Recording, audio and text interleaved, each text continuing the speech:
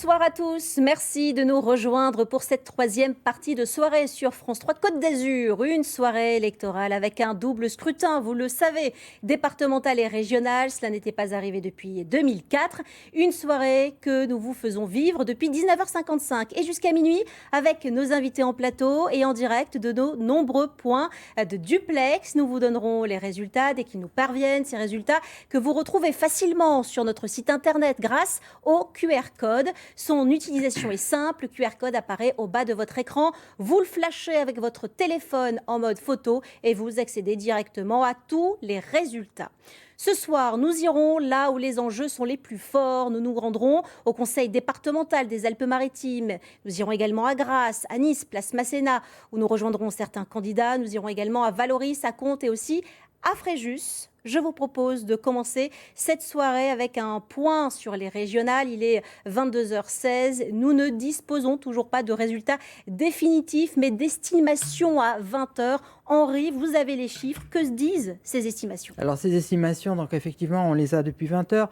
C'est un petit peu la surprise de la soirée, puisque l'écart qui était annoncé entre le candidat du Rassemblement national, Thierry Mariani, et Renaud Muselier n'est pas aussi important que ce qu'on pensait. Pour l'instant, Thierry Mariani est en tête avec un petit peu plus de 34%, 34,8%.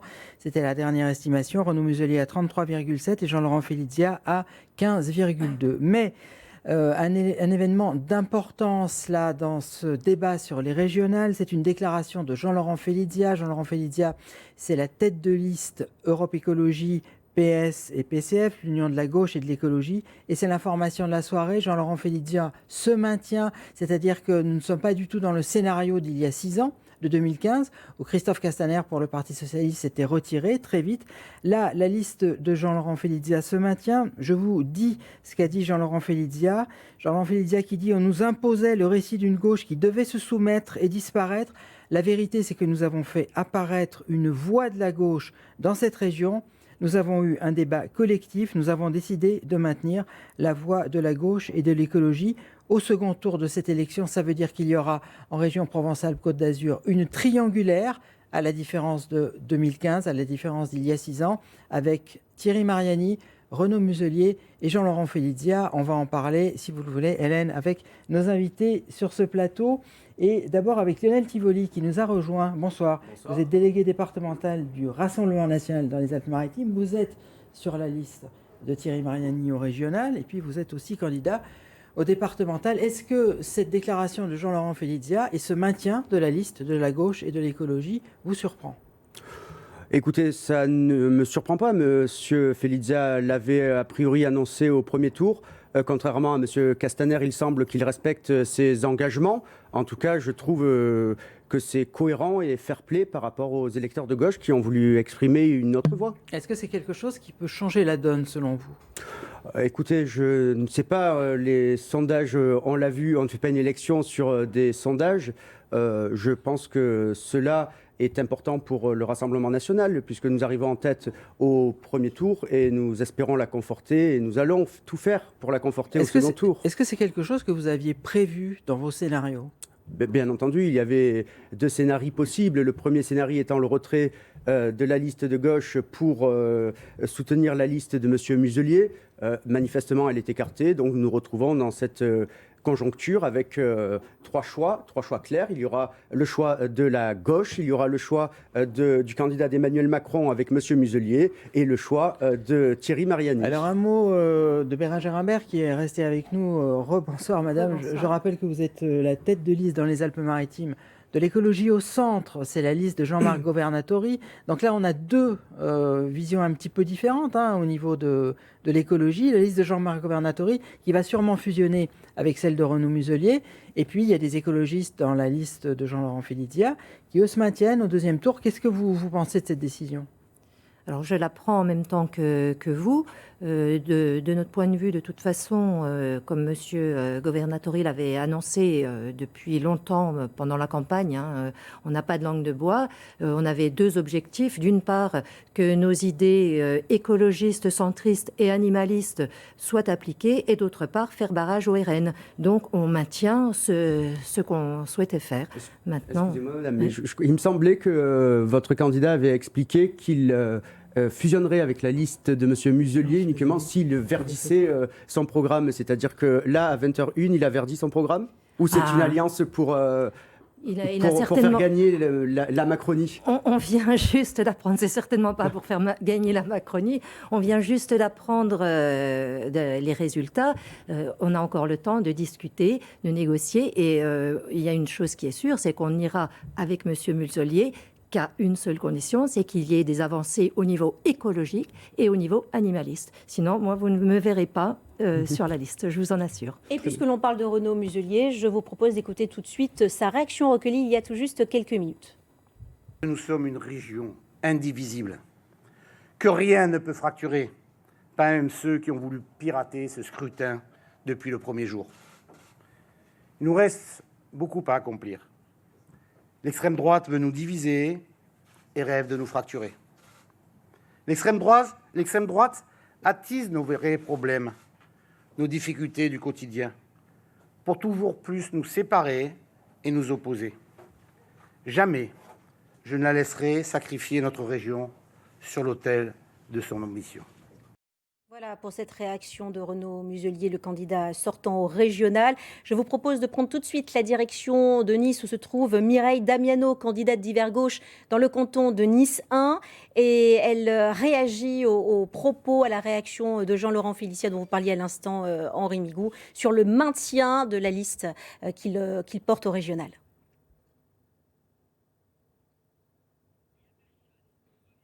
Alors, on me dit que Mireille Damiano est là, donc on l'écoute.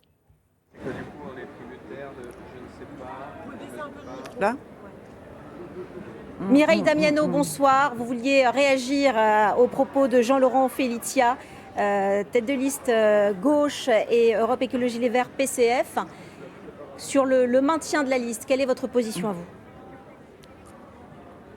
Bonsoir à toutes et à tous. On vient effectivement d'apprendre le maintien de la liste Félicia.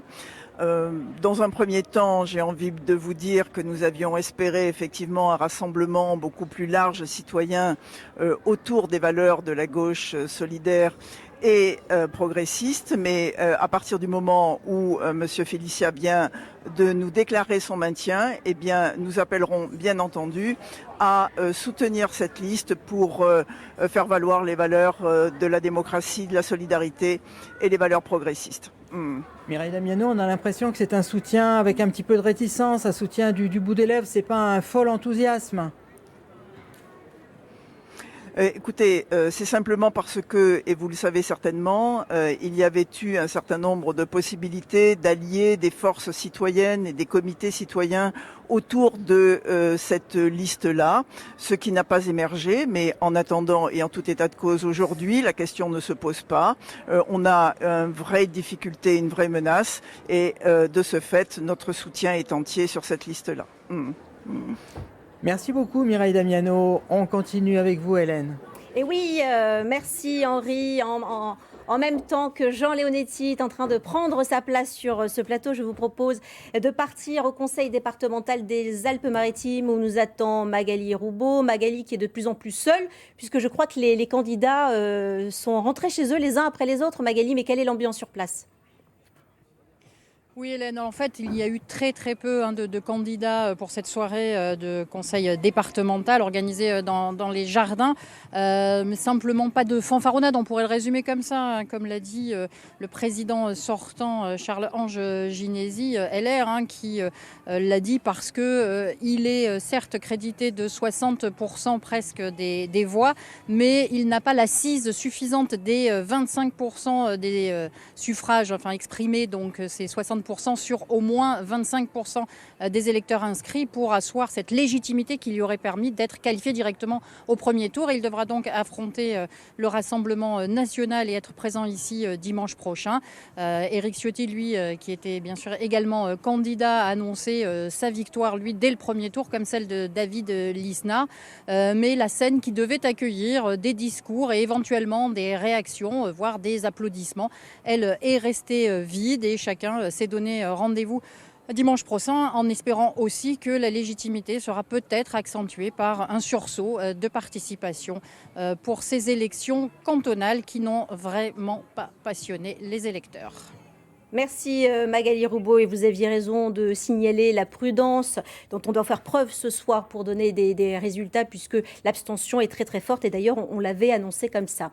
Je disais tout à l'heure que Jean Leonetti s'était installé sur notre plateau, maire d'Antibes, vice-président national des Républicains, aux côtés de Monsieur Tivoli pour le Rassemblement national. Alors, on faisait réagir un peu nos invités sur les estimations de 20 heures, puisque c'est pour l'instant les seuls chiffres dont on dispose.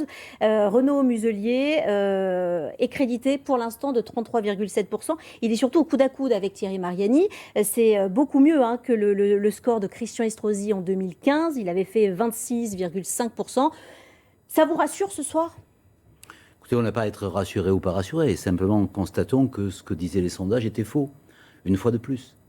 Le dernier sondage, il y a presque 15 points d'écart entre le Rassemblement national et la liste de Renaud Muselier. Donc, on constate aujourd'hui qu'ils sont au coude à coude. La chose qui change, c'est qu'effectivement, il y a une énorme progression des Républicains, il y a une énorme diminution du Rassemblement national.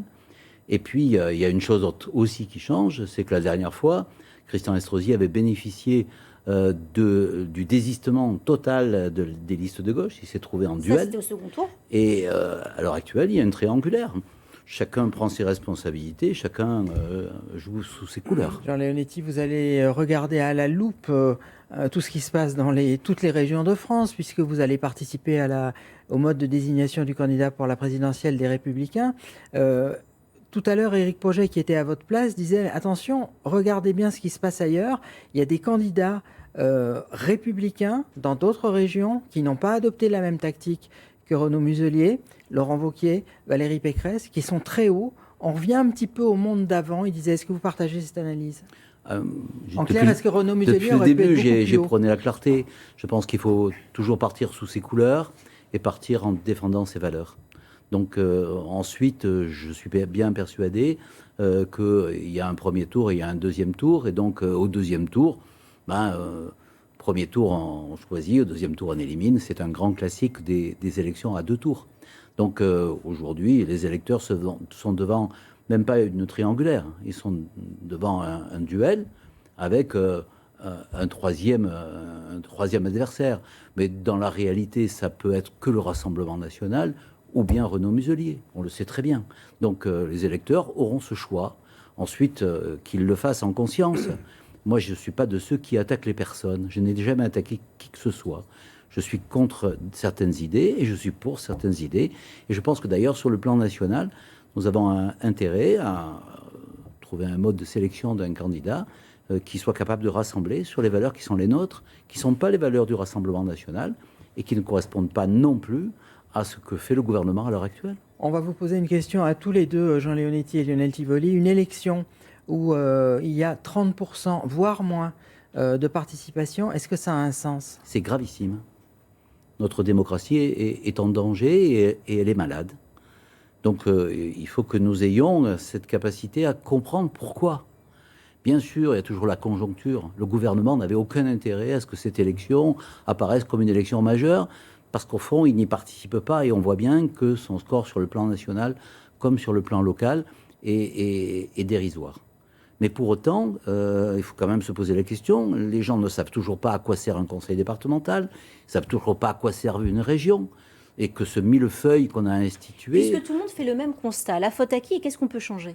Écoutez, nous, lorsque nous étions aux affaires nationales, nous avons proposé un conseiller territorial. Regardez comment marche une mairie. Une mairie, ça marche avec une élection proportionnelle. Ensuite, les conseillers municipaux, qu'ils soient de la majorité ou de l'opposition, vont dans une communauté d'agglomération ou une métropole. Et on aurait pu faire ce qu'on avait proposé, un conseiller territorial qui siégeait au département et qui siégeait aussi à la région en envoyant des délégués. Et à ce moment-là, on définissait très clairement à quoi sert la région, à quoi sert le département, à mon avis, en leur donnant plus de décentralisation et donc plus de pouvoir. Et à ce moment-là, on aurait donné du sens à une élection pour laquelle, malheureusement, beaucoup de Français ont des difficultés à comprendre l'intérêt. Alors c'est un débat important parce que départemental et régional, c'est justement l'élection des territoires, hein, c'est comme ça qu'on l'appelle, l'élection territoriale. Lionel Tivoli, cette notion d'un délégué territorial, d'un élu territorial, à la fois au département et à la région, est-ce que vous êtes pour ? C'est une idée intéressante, mais en revanche, si je reviens sur l'abstention, à un moment donné, on ne peut pas dire à la fois avoir gouverné un pays, avoir eu les résultats que l'on a eus dans ce pays, désintéresser les citoyens de la politique pour en arriver à cette abstention et dire que c'est catastrophique. Oui, c'est catastrophique, mais c'est aussi la faute de tous les gouvernants successifs qui ont eu le pouvoir dans notre pays, et c'est aussi la faute à toutes les magouilles politiques, parce que M. Leonetti, à l'instant, disait que la différence avec les élections régionales de 2015 était une hausse du score des LR et une baisse du score du Rassemblement national. En réalité, le score des LR, c'est le score des LR plus de la République En Marche pour ce premier tour cumulé. Donc il n'y a pas eu de hausse du score des LR. J'ai gentiment remarqué qu'à cette époque-là, la République En Marche, ça n'existait pas. Effectivement. Donc la comparaison peut quand même s'effectuer entre les scores de 2015 et les scores d'aujourd'hui. Aujourd'hui, je la rappelle République En au Marche passage existe. que les Républicains ne sont plus au pouvoir national depuis 10 ans. Oui. Et qu'à l'époque, il y a 10 ans, il y avait quand même une forte participation aux élections locales, cantonales et régionales. Ce qui montre bien que la dégradation, elle s'est effectuée depuis une dizaine d'années. Alors à propos de cette abstention qui fait tant parler, hein, même le Rassemblement national a du mal à mobiliser ses troupes pour ce double scrutin intermédiaire. Je vous propose de prendre la direction de Fréjus où se trouve Alexandre Dequitte. Est-ce que vous disposez, à l'heure qu'il est, 22h31, de premiers résultats définitifs ? Alors oui, ici à Fréjus, dans le canton de Fréjus, les résultats sont définitifs. Le binôme du Rassemblement national, composé de 2 adjoints du maire de Fréjus, David Racheline, arrive largement en tête avec 54,55% des suffrages. Mais pour autant, ils ne sont pas élus dès le premier tour, car l'abstention empêche ce binôme d'être élu. Cette abstention a un taux très fort, plus de 68%, et mathématiquement, il est impossible pour ce binôme d'avoir les 25% minimum d'électeurs inscrits dans le canton de Fréjus. Il va donc y avoir ici un second tour, et ce second tour sera face au binôme des Républicains. En revanche, le canton voisin, le canton de Saint-Raphaël, la lutte est beaucoup plus serrée, puisque les candidats du national sont en coude à coude avec les candidats sortants, les Républicains Françoise Dumont et Guillaume Decart. Merci à vous, Alexandre Dequitte, pour ces premiers résultats. J'enchaîne, puisque les résultats nous parviennent à présent. Pour Draguignan, c'est le binôme divers DVC, pour être précis, qui arrive en tête avec 43,47% des voix, devant le Rassemblement national, un peu plus de 35% des suffrages exprimés, suivi par le binôme divers droite, 24,64%. Voilà pour Draguignan. J'enchaîne avec Sainte-Maxime, binôme arrivé en tête, celui de Marc-Étienne Lanzade avec Christiane Larda, 30,71%. Suivi par Philippe Leonelli et Véronique Lenoir pour divers droite, 29,2%. Et les Républicains arrivent en troisième position avec 27,23% des voix. Dernier résultat à vous donner pour l'heure, celui dans le canton de Flayosse, qui binôme arrivé en tête, c'est celui de la divers droite, 43,44%, suivi par le Rassemblement national à 39%. Puis Maurice Olivier et Marie-Pierre Delaveau à 17,54%. Donc il y aura une triangulaire à Flayosk. Hélène, un nouvel invité sur le plateau, c'est Françoise Emma. Bonjour. Bonjour. Vous êtes candidat au départemental, c'est Antibes 2. Antibes 2, c'est c'est ça. Je ne trompe pas, pour La République En Marche. Vous avez été candidat aussi au municipal à Antibes l'année dernière. Alors, on va parler un petit peu du score de La République En Marche. Beaucoup d'invités qui sont venus ici, alors qui ne sont pas de votre parti, disent que La République En Marche, on la voit quasiment pas dans les élections départementales. Elle a des tactiques, en région Provence-Alpes-Côte d'Azur, il y a eu des tactiques assez fluctuantes. Dans les autres régions, pareil, au régional, c'est des scores assez minimes. Quel bilan vous faites ce soir ? Est-ce que l'implantation de La République En Marche dans les territoires mais finalement c'est quasiment impossible. Non, mais écoutez, déjà l'an dernier, nous avons eu quelques candidats aux élections municipales. Cette fois-ci, aux élections cantonales, on a pratiquement 10 cantons sur 27. 9 binômes exactement. 9, c'est ça, donc pratiquement le tiers. Donc on arrive à s'implanter. L'année prochaine, s'implanter, c'est pas avoir des candidats, c'est progresser, c'est gagner des élections. Parce que des candidats, oui, on peut mais en ça vous a avoir pas échappé qu'il y a 5 ans encore, La République En Marche n'existait pas, c'est un nouveau parti. On se présente contre des sortants, donc c'est une tâche assez difficile. On a eu des bons scores aujourd'hui au cantonal. J'ai quelques scores sur Valoris, en canton 3. Vous avez des résultats définitifs? Non, pas définitifs, mais des résultats qu'on a déjà eus. Sur Valbonne, notre candidat est arrivé en tête donc des cantonales. Sur Antibes, on a progressé par rapport aux élections municipales de l'année dernière. Donc l'année prochaine, il y aura des candidats dans toutes les circonscriptions. Et petit à petit, on est face à des sortants qui sont là depuis 60 ans. Donc c'est pas facile de gagner des élections du premier coup, mais on va y arriver. Loïc Dombreval, à votre place tout à l'heure, disait que effectivement La République En Marche avait du mal à s'implanter dans les territoires. Il niait pas l'évidence. Vous semblez dire un petit peu le contraire. Non, mais je nie pas l'évidence. Mais une région comme la nôtre, c'est très difficile. Je veux dire, on voit bien que sur 27 cantons, il y a 27 ou 26 LR, quoi. Donc c'est difficile d'arriver, de s'implanter. C'est difficile, donc il nous faut du temps, il faut des élections. Et on va y arriver. Jean Leonetti, cette implantation dans les territoires, parce que je le disais, on est dans une élection des territoires, les régionales, les départementales.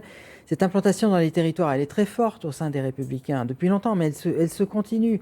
Et pourtant, il y a un décalage entre l'implantation dans les territoires et puis les résultats nationaux, notamment au niveau de la présidentielle. À quoi c'est dû? C'est dû à une incarnation qui aujourd'hui n'est pas identifiée. Vous avez un candidat, La République En Marche, c'est pas un parti, c'est des gens qui soutiennent la candidature d'Emmanuel Macron. C'est un peu l'inverse de vous, il y a un candidat et pas d'implantation dans les territoires. Ensuite, vous avez le Rassemblement National qui, lui, va pas faire de difficultés pour trouver son candidat. Et puis, les Républicains, à la suite de la défaite que nous avons subie au présidentiel, ils se trouvent dans une situation dans laquelle ils ont des députés, ils sont majoritaires au Sénat, ils sont majoritaires dans les territoires. Vous avez vu les scores aux régions de Laurent Wauquiez, de Valérie Pécresse, de Xavier Bertrand. On est un parti implanté territorialement. Il revient maintenant en responsabilité à choisir un candidat. Ce candidat, il faut le choisir de la façon la plus large possible, la plus démocratique possible, la plus claire possible. Non pas pour faire des affrontements stériles qui aboutissent après à ce que chacun ressent de l'amertume vis-à-vis de celui qui a gagné et handicape sa victoire, mais plutôt faire une équipe de France, des Républicains, qui soit capable de gagner l'élection présidentielle, qui est l'élection maire. Si demain, Emmanuel Macron n'est plus président de la République, il n'y aura plus de parti En Marche. Si demain, Emmanuel Macron est à nouveau élu président de la République, il y aura toujours les Républicains. Je crois que François Zema veut vous répondre. Oui, parce que M. Leonetti oublie qu'aux européennes, je crois que les LR ont fait 9%. Enfin, c'est un score ridicule. Ils sont implantés localement parce qu'ils sont là depuis peut-être 50, 60 ans. Donc, mais malheureusement... C'est vrai qu'on est connu, au niveau national, citoyens. Monsieur le maire, vous n'avez pas la majorité au Parlement. Vous ne représentez plus rien. Vous le verrez le jour des élections présidentielles. Votre candidat, il ne passera pas le deuxième tour. Parce que vous n'êtes pas implanté au niveau national. Vous étiez... Ça ne veut rien dire implanté au niveau national. Moi, ce que j'explique aujourd'hui, c'est que nous avons le Sénat, que nous avons les territoires et que nous allons conforter, contrairement à l'objectif qui était le vôtre, qui était au pluriel les vôtres, on va continuer à gagner les élections locales, c'est-à-dire régionales et départementales. Ensuite, on va passer une autre élection et nous verrons à ce moment-là si le duel que vous voulez bien organiser en duo avec le Rassemblement national fonctionne ou pas. Et nous pensons que les Français n'accepteront pas le duel et le duo entre M. Macron, qui nous renvoie au Rassemblement national, et le Rassemblement national qui nous envoie à M. Macron. Nous pensons qu'il y a une troisième voie qui est républicaine et qui se fait avec les Républicains et ses alliés, et qui se fait sur des bases d'autorité, de générosité et de proximité. Et je crois que sur les trois sujets, je pense que le gouvernement a beaucoup à apprendre. Alors, il y a les partis qui appellent à voter, à se mobiliser dimanche prochain pour le second tour. Et puis, il y a Lutte ouvrière qui donne d'autres consignes de vote. Je vous propose d'écouter à ce sujet Isabelle Bonnet, c'est la tête de liste pour les régionales, donc pour Lutte ouvrière. Et elle est créditée par les estimations à 20h d'un peu moins de 3% des suffrages. Personnellement, j'irai voter blanc. Et les électeurs qui ont voté pour nous feront peut-être le même choix ou s'abstiendront. En tout cas, aucun de ces hommes politiques ne mérite justement qu'on lui apporte une petite contribution, parce qu'il faut qu'on se prépare au contraire à se défendre. Et pour se défendre, il faut vraiment que ce soit sur le terrain de la lutte de classe, sur le terrain de la lutte sociale. À présent, un mot des départementales. On prend tout de suite les directions de Valoris, où nous attend Kevin Luciano, candidat dans le canton d'Antibes 3, et me dit-on, candidat en tête. Bonsoir à vous, monsieur Luciano. Oui, donc on est à Valoris Golfe-Juan. Oui. À Valoris Golfe-Juan, donc avec Kevin Luciano. Vous êtes en tête. Là, qu'est-ce que vous pensez de ce résultat? Comment est-ce que vous vous sentez? Alors c'est un mélange de satisfaction bien entendu, parce que notamment sur notre commune on a 20 points d'avance sur notre concurrent, M. Tivoli en l'occurrence. Maintenant sur le canton je suis un peu déçu, parce que compte tenu de la qualité du travail qui a été fourni par notre équipe depuis un an, compte tenu du fait que finalement on n'a pas vu beaucoup M. Tivoli qui ne s'est pas beaucoup investi sur notre territoire, je suis un peu surpris de l'importance du résultat qu'il réalise. Qu'est-ce que démontre ce résultat au final pour vous? Je pense que malheureusement, beaucoup de personnes ont subi la confusion entre les régionales et les départementales. L'élection départementale, pourtant, c'est une élection fondamentalement qui est une élection de proximité, de confiance et de relation entre deux candidats et les électeurs. Et malheureusement, je pense que beaucoup d'électeurs n'ont pas bien compris cette donnée-là et qu'ils ont voté selon des considérations qui sont des considérations tout à fait légitimes, mais de politique nationale qui, à mon sens, ont moins à s'appliquer au niveau local et particulièrement dans l'élection départementale. Alors comment est-ce que vous avez le joué, cet entre-deux tours? Mais cet entre-deux tours, moi je ne change rien. J'ai toujours été, et mon binôme Madame Thomel, de la même façon, nous avons toujours été nous-mêmes.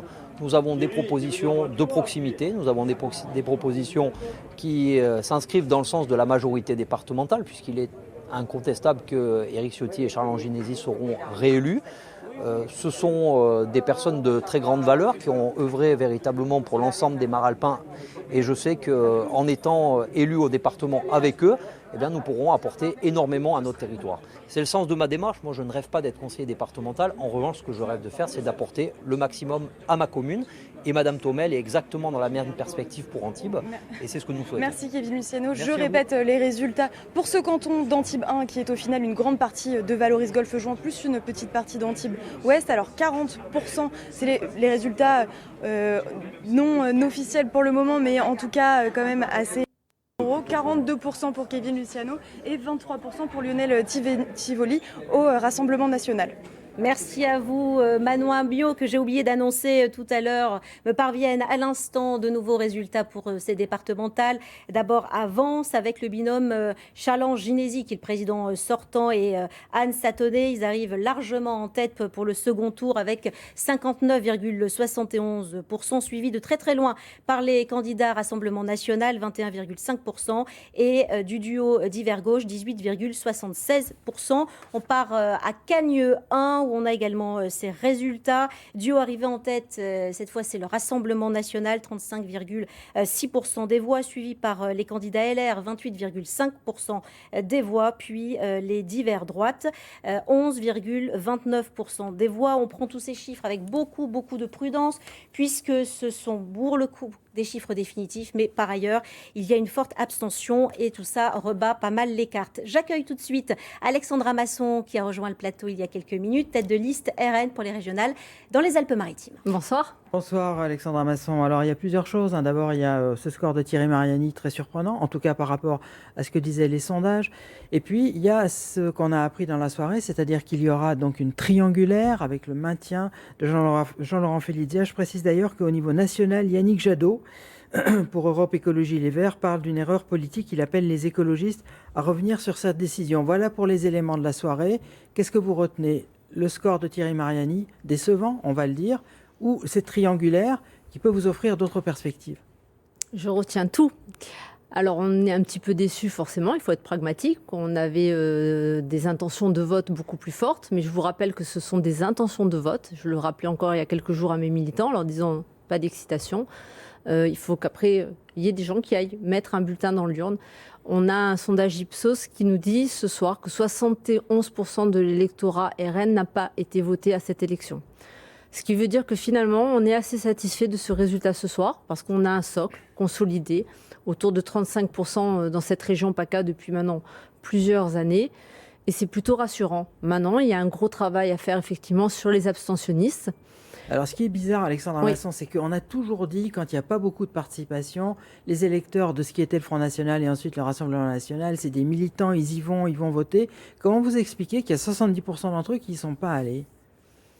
Je pense que comme aux élections municipales l'année dernière, il y a une partie de notre électorat qui a eu peur d'aller voter. Donc peut-être il y a encore une petite partie aujourd'hui qui a eu peur d'aller voter. Et puis ce sont des gens qui sont plutôt sur une élection présidentielle. C'est vrai que les élections locales, souvent ils ne se sentent pas assez concernés. C'est pour ça que je considère ce soir qu'on a quand même fait un score plus qu'honorable. On arrive en tête dans cette région. Et je vous rappelle quand même que M. Muselier est très proche de nous, mais avec La République En Marche. Ce qui veut dire que sans La République En Marche, il serait au même score à peu près que M. Estrosi la dernière fois en 2015. Et alors je vous disais, la triangulaire, donc du coup, comment vous voyez ça ? Parce qu'il y a eu un petit peu de suspense comme il y a 6 ans, hein, sauf qu'il y a 6 ans, ça a été différent. Christophe Castaner s'était retiré. Là, il y aura donc une triangulaire. On part un petit peu dans l'inconnu. Comment vous voyez ça ? Alors ce soir, M. Félizier a dit qu'il ne se retirera pas. Je vous rappelle que c'est jusqu'à mardi 18h qu'on peut encore prendre un certain nombre de décisions. Donc est-ce que déjà ça ira au bout, le fait qu'il ne se retire pas ? Je pense qu'il aura quand même encore des pressions parce que je vois comment les choses commencent à se passer. S'il ne se retire pas, écoutez, je trouve que c'est une bonne nouvelle. Ça veut dire que les 7 prochaines années, en tout cas, il y aura une représentation réelle de ce que les électeurs auront voté sur ce premier et deuxième tour.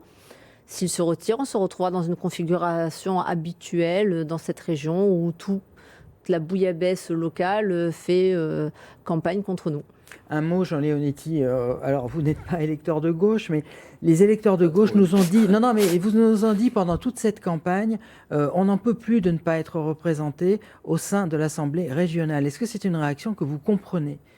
Moi, je comprends très bien qu'un électeur de gauche ait envie d'être représenté et qu'on ne lui donne pas comme argument perpétuel de se désister pour telle ou telle raison. Moi, je ne combats pas un parti, je combats pour mes idées. Voilà. Et si on était un peu tous dans cette démarche, qui est une démarche saine, je ne me bats pas contre des adversaires, je me bats simplement pour les idées qui sont les miennes face à des électeurs. Je continue à dire que si nous n'avions pas commis une erreur au départ de cette alliance qui, on le voit dans d'autres régions, a amené des candidats LR très en avance par rapport aux autres concurrents, on n'aurait pas eu cette difficulté, probablement ces sondages négatifs. Et je pense qu'une partie de notre électorat, irrité ou déçu, s'est trouvé à dire « je vais voter Rassemblement National », ce qui explique les sondages. Et puis ensuite, probablement, parce qu'on a ramené de l'ordre, de la clarté, probablement aussi parce que la raison l'a emporté, eh bien, notre électorat est revenu. Je rappelle à Mme Masson que La République En Marche, ça n'existait pas avant. Donc, quand M. Estrosi faisait 26 et qu'aujourd'hui, on ne sait pas les chiffres, mais enfin, probablement M. Muselier fait 8 points de plus, c'est une progression. Parce qu'à cette époque-là, il n'y avait pas effectivement un adversaire supplémentaire qui était l'adversaire de La République En Marche. Aujourd'hui, on n'appelle personne à se retirer, on n'appelle personne à se désister. On continue à se battre sur nos valeurs, sur nos convictions, avec un bon bilan de Renaud Muselier qu'on essaye de faire perdurer au-delà de l'élection qui vient de se produire. Merci Jean Leonetti. On quitte les Alpes-Maritimes pour le Var. Le département du Var, c'est 40 sièges pour la majorité, 6 sièges pour l'opposition. Bonsoir à vous, Flore Fenouillet. Vous êtes en direct du port de Toulon. Donc une majorité départementale qui semble solidement installée dans le Var. Est-ce que c'est toujours le cas ? Et qu'est-ce qu'on va pouvoir mesurer ce soir avec les résultats quand on les aura de cette départementale ? Eh bien, en effet, dans le Var, la majorité départementale Union de la droite semblait toute acquise avec un nombre de sièges donc dominant 20 cantons en tout cas pour la majorité départementale et 3 pour le Rassemblement national. Ce qui était un point de vigilance, c'est que le Rassemblement national, à l'époque Front National en 2015, était présent dans tous les duels du second tour de ces élections départementales, donc en 2015. Aujourd'hui, la situation dans le Var semble un petit peu disparate et difficile pour le moment à synthétiser. Nous avons certains cantons où le Rassemblement national est toujours très présent, mais avec une présence qui devance un petit peu moins la droite que lors du premier tour de ces mêmes élections départementales en 2015. Ce qu'on peut dire, en tout cas, c'est que de manière générale, donc dans le Var, la droite et le Rassemblement national sont plus au coude à coude qu'en 2015 et que de manière générale aussi dans le Haut-Var, le Rassemblement national reste une force qui est plus importante que dans le reste du département. Merci Flore Fenouillet en direct de Toulon pour ces échos dans le Var. Retour dans les Alpes-Maritimes et direction cette fois le canton de Grasse 2 où se représente Marie-Louise Gourdon. Marie-Louise Gourdon qui semble tout à sa joie puisqu'apparemment elle est particulièrement en tête ce soir. Vous êtes avec nous Marie-Louise Gourdon ? Bonsoir, oui je vais... Oui, je suis là. Exactement, Oui. je vais vous laisser justement nous dire a priori, donc vous avez les Alors résultats. ce sont les résultats estimés que nous avons fait au fur et à mesure de nos résultats. Donc j'arrive en tête avec Mathieu Pensiat ici, avec 35,54, 3292 voix. Ensuite le Rassemblement national avec 23,28. Et ensuite les Républicains avec 19,77. Tout à consolider. Et puis voilà, je ne sais pas si vous voulez pas... J'imagine que vous êtes forcément rassuré. En 2015, c'était beaucoup plus serré. Là, vous avez une confortable avance ? Oui, c'est une confortable avance, mais on aura quand même besoin du Front républicain. Là, je m'adresse à tous nos collègues là, qui sont derrière nous. Le Front républicain doit jouer, bien sûr, pour qu'on consolide cette première place. Et je remercie particulièrement les Montsois, mais aussi tous les Grassois, parce que vraiment, on est en tête dans beaucoup de bureaux grassois. Et je pense qu'on a fait du bon boulot. Voilà, j'ai l'impression que c'est ça qui ressort. On a fait une belle campagne aussi, on est allé vraiment auprès des gens dès qu'on a pu, on a fait toutes les écoles et et c'est très bon. On est content. Je vous remercie. Voilà, on revient sur le plateau avec deux nouveaux invités. Laurent Lancard-Castiel, secrétaire départemental d'Europe Écologie Les Verts dans les Alpes-Maritimes. Bonsoir. Bonsoir. Et puis, on va commencer avec Arnaud Linard. Bonsoir. Bonsoir. Vous êtes sur la liste de Jean-Laurent Félidia dans les Alpes-Maritimes. Vous êtes en 9e position. Vous êtes directeur de campagne de Xavier Garcia qui mène la liste et qu'on connaît ici dans les Alpes-Maritimes. Et vous êtes délégué de Génération S pour les Alpes-Maritimes. C'est le parti de Benoît Hamon. Hein, affirmatif. Alors, Arnaud Linard, vous êtes la première personne de la liste de Jean-Laurent Félicia qu'on reçoit depuis qu'on a annoncé son retrait. Son maintien, pardon. On voit qu'il y a... On s'y perd depuis qu'on a annoncé son maintien. Il y a beaucoup de débats. J'ai dit tout à l'heure, Yannick Jadot a dit que c'était une erreur politique. Il appelle les écologistes à revoir leur position. Alors d'abord, quelle est votre position à vous ? Alors, je vais commencer par... je vais répondre à votre question, mais dans un deuxième temps, si vous voulez bien. Le premier commentaire que je voudrais faire par rapport à ces élections, c'est malheureusement... le fait que c'est un échec terrible pour la démocratie. 70% d'abstention, c'est vraiment c'est un choc, puisque c'est la suite des municipales où l'abstention était également ce niveau-là. Donc ça, le premier constat, c'est ce choc-là. Et je souhaiterais vraiment que tous nous en tenions compte pour faire évoluer notre façon de travailler. Ça, c'est la première chose.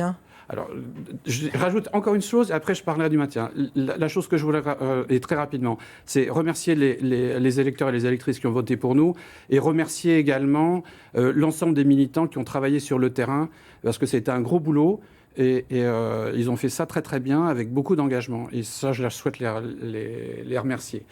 En ce qui concerne le maintien... On arrive au plat de résistance, donc le maintien. Oui, le plat de résistance, le maintien, ça va nous donner une semaine prochaine qui va être chargée, qui va être intense. Je crois que ça correspond ce maintien correspond vraiment au sens de la liste, en fait. Hein. Quand on en discutait à la fois avec les militants, mais également une grande partie des membres de la liste, le maintien était la solution qui nous semblait la plus juste. Je je crois que vraiment on a trop pâti, les citoyens et citoyennes ont trop pâti de l'absence d'une opposition de gauche et de l'écologie au niveau du Conseil régional. Et nous pourrons, je l'espère, représenter cette opposition. Alors, on va voir un petit peu, puisqu'on a Laurent Lancard-Castiel qui est avec nous ce soir. Donc, vous êtes Europe Écologie Les Verts. Yannick Jadot vient de dire que c'était une erreur politique, ce maintien. Est-ce que vous pensez également que c'est une erreur stratégique fondamentale ?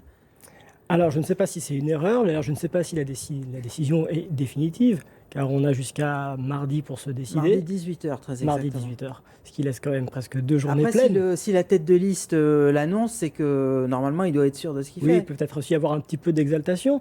On verra aussi avec les résultats définitifs. Aujourd'hui, on a une liste Front National qui est estimée avec 2,5%. 2,5 points d'avance sur la liste précédente. Ce qui est sûr, c'est qu'il ne faudrait pas que demain, ce soit les écologistes qui soient responsables et qui collaborent à l'avènement de l'extrême droite en France, et notamment dans une région frontalière et axée sur la Méditerranée, et qui est tournée vers la Méditerranée. Donc je pense qu'il y a une responsabilité à avoir, et qu'il ne faudrait pas non plus... Ça vous enchante pas trop, ce maintien ? Il ne faudrait pas non plus que les électeurs puissent penser que pour une poignée de postes, on soit prêt à ne pas prendre ces responsabilités-là. Et c'est l'enjeu qui devra se décider dans les 24 heures et les 48 heures qui viennent.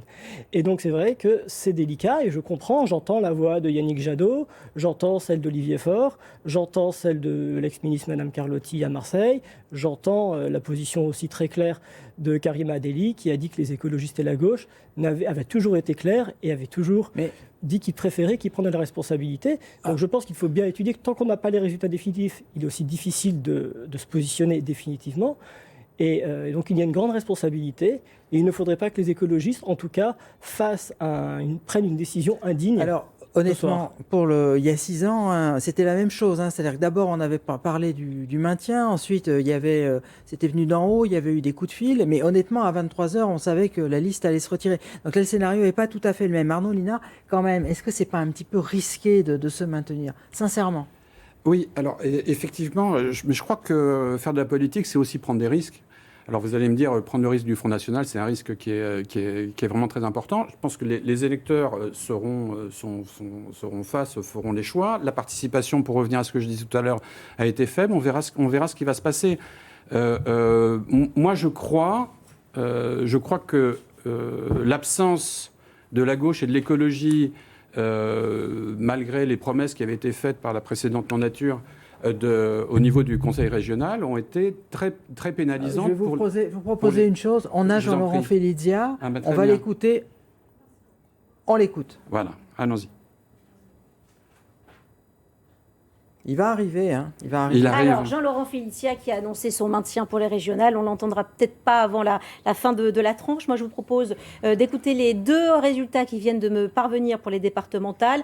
À Roquebrune, sur Argent, c'est le binôme du Rassemblement national qui arrive en tête avec 41,68% des voix, suivi par le binôme d'hiver droite, 24,6% des voix, puis les divers droites également, 15,62%. Je rappelle que ce sont des résultats à prendre sous réserve, que ces candidats aient recueilli 12,5% des inscrits. On part à Fréjus pour de nouveaux résultats. Binôme en tête, le Rassemblement national, sans surprise, avec 54,5% des voix, suivi par le duo LR, loin derrière, à 13,2%, puis le binôme La République En Marche à 10,68% des voix.